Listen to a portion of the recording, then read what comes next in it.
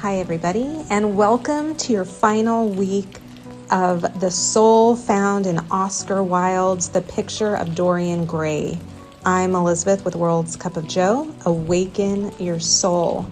If you're new to our channel, welcome. If you like our content, please remember to subscribe and hit the bell for notifications. If you're already a regular follower of our channel, you'll know that we focus on twin flame connections as well as spiritual ascension. We hope that you have enjoyed this series. If you've missed any of the previous episodes, make sure to catch up. Today we will be wrapping up and gifting you a few last soul quotes from the book. I mentioned last week that the book gets exceedingly dark in the last half of the novel. But despite this, I want to point out that there are still nuggets of soul to be found. No matter how dark subject matter can be, there can always still be soul found at the depths of the darkness. It's like a beautiful metaphor for our own journey. Despite the darkness that sometimes or often overwhelms us, soul is always there waiting to be discovered. Part of the reason I created this series is to encourage you all to be more aware of the things that are representative of soul as well as mind. When you can spot things that are from mind, you can then also know how soul would feel about that subject.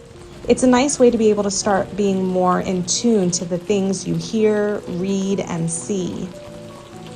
Now, with that, let us begin. First quote. It is said that passion makes one think in a circle. This quote is so true. Working with clients that are in twin flame connections, and myself being in one, this quote is very personal to me. It can apply to anyone, but it is very evident and easy to spot in a twin flame push polarity. When you are in mind, your mind often ruminates over the same story. Mind grabs a hold of something that makes you feel pretty awful, and it either enhances that story with speculative questions, or else it just replays over and over again that which is bothering you. The passion from a twin flame connection sparks so much ruminating that people get stuck in that circle. We actually always are saying, don't get lost in the hamster wheel, because that is what mind is. It's like a hamster wheel running all day long, but never going anywhere. This is the same as ruminating thoughts. It is through presence that you can get off this hamster wheel.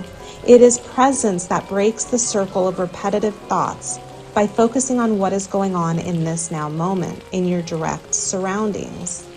Next quote. He was prisoned in thought.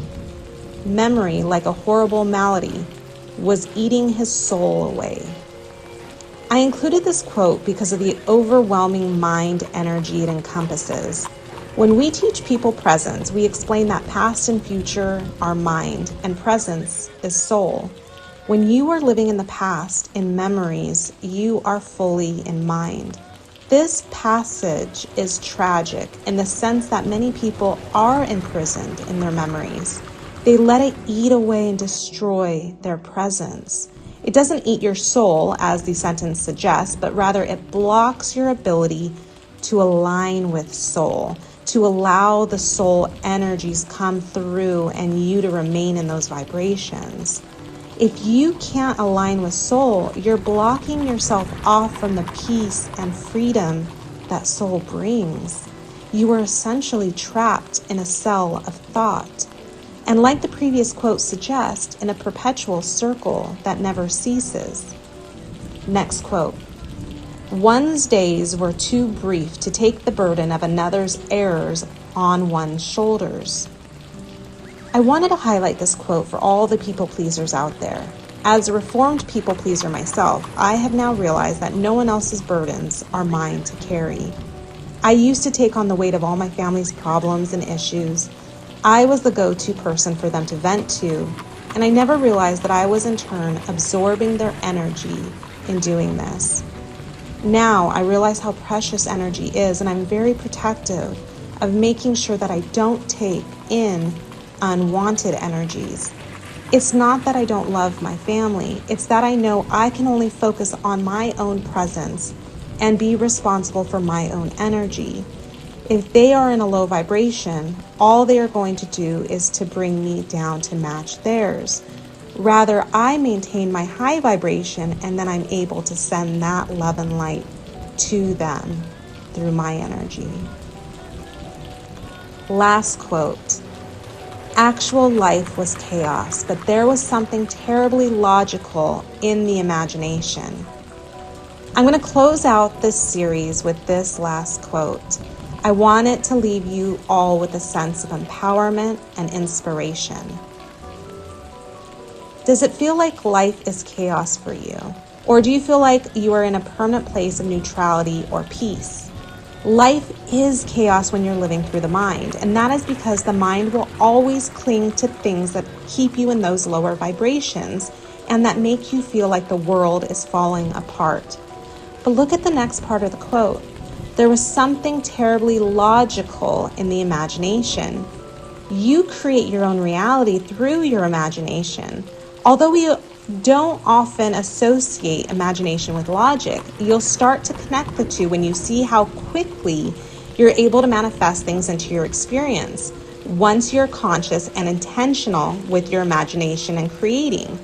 Once you can understand that law of attraction is real, the illogical becomes very logical, almost predictable. Things will pop up and you can almost trace back the thought or feeling that created that manifestation. It's pretty cool. Embrace your power. You carry the power and magic of source energy within. Hone in your imaginative abilities and let the universe work for you. Love you guys. Thank you so much for joining us with this series.